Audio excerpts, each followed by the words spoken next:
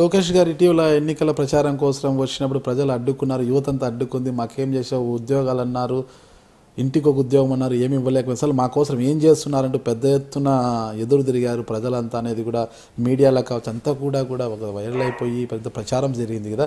దీన్ని ఎలా అధిగమిస్తారు? అది జరిగింది ఇంత, మీడియాలో చూపించింది ఇంత. ఎవరో 2-3 స్టూడెంట్స్ అడిగారు, కానీ న్యాయంగా అడిగారు, తప్పులేదు. వాళ్ళకి ఉద్యోగాలు కావాలా, తప్పకుండా వాళ్ళు అడిగిన దాంట్లో న్యాయం ఉంది. ఎందుకంటే మన పరిస్థితి ఇప్పుడు ఎలా ఉందంటే, మనకి స్టేట్ డివైడ్ అయిన తర్వాత మనకి ఇండస్ట్రీస్ రావాలన్నా, ఉద్యోగాలు రావాలన్నా, లేకపోతే కంపెనీస్ పెట్టాలన్నా కొంచెం టైం పడుతుంది. డెఫినెట్గా ముఖ్యమంత్రి గారు దాని మీద ఫోకస్ చేస్తున్నారు. అదేవిధంగా లోకేష్ గారు కూడా మొన్న కూడా మీటింగ్స్ పెట్టుకున్నారు. యువత అన్ఎంప్లాయ్మెంట్ ఎంతమంది ఉన్నారు, ఉద్యోగాలు రాని వాళ్ళు ఎంతమంది ఉన్నారు, ఏ ఏరియాలో ఎక్కువ ఉన్నారు, ఎక్కడెక్కడ కంపెనీస్ తీసుకొచ్చి పెట్టచ్చు, వీళ్ళు ఎంతవరకు చదువుకున్నారు, ఇవన్నీ అనాలిసిస్ చేసి ఈరోజు కంపెనీస్ తీసుకురాబోతున్నారు. మొన్న మేము అంటే ఒక చిన్న ఎగ్జాంపుల్, మొన్న లోకేష్ గారు రాక ఒక రోజు ముందే జాబ్ మేళా పెట్టాం. 3000 మంది వచ్చారు. వాళ్ళకి ఇంటర్వ్యూస్ కండక్ట్ చేశారు.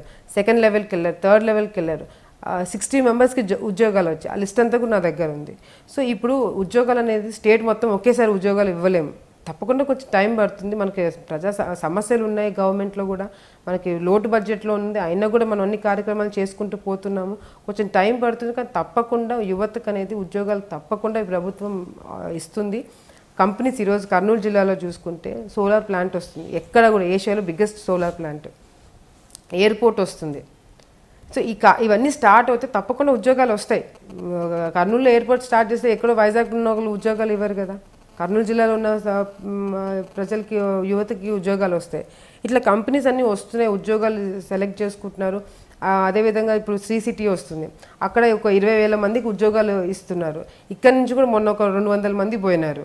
సో ఉద్యోగాలు అనేది మెల్లిమెల్లిగా క్రియేట్ అవుతున్నాయి. అది మీడియాకు కూడా కొంచెం ప్రొజెక్ట్ చేయాల్సిన అవసరం ఉంది.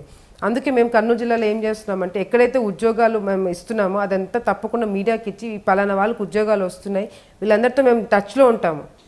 మీకు అది ఎట్లా నడుస్తుంది, మీకు ఉద్యోగాలు ఎక్కడ కరెక్ట్గా ఉందా లేదా, మీకు అన్ని ఫెసిలిటీస్ బాగున్నాయి అనేది మేము ఒక పర్సనల్ టచ్ కూడా పెట్టుకోకపోతున్నాము. ఇప్పుడు ముఖ్యమంత్రి గారు, లోకేష్ గారు కూడా చాలా కష్టపడుతున్నారు కంపెనీస్ని తీసుకురావాలని చెప్పి. దాని మీద కూడా విమర్శలు వస్తున్నాయి. ఈరోజు ఆయన మొన్న ఫారిన్ ట్రిప్కి వెళ్ళి కంపెనీస్తో మాట్లాడి తీసుకొస్తున్నప్పుడు దాన్ని కూడా విమర్శలు చేయడం జరిగింది. ఊరికే వెళ్తున్నారు కానీ ఎటువంటివి రావట్లేదు అని. ఈరోజు మనకి మన స్టేట్ని ప్రొజెక్ట్ చేసుకోవాలంటే తప్పకుండా కొన్ని కార్యక్రమాలు చేయాలి. అవి ముఖ్యమంత్రి గారు చేస్తున్నారు. కంపెనీస్ని అట్రాక్ట్ చేసుకోవాలి, అవి కూడా అట్రాక్ట్ చేసుకుంటున్నారు. ఈరోజు ఎంఓయూలు ఎవరైతే సైన్ చేశారో వాళ్ళు వెంటబడుతున్నారో దాన్ని గ్రౌండ్ చేయమని చెప్పి. సో ఇవన్నీ జరుగుతున్న సందర్భంలో కొంచెం డిలే అయినా కూడా తప్పకుండా యువతను ముందు పెట్టి వాళ్ళకు ఉద్యోగాలు ఇప్పించే బాధ్యత కూడా ప్రభుత్వం తీసుకుంటున్నారు. For more updates please subscribe to iDream Media.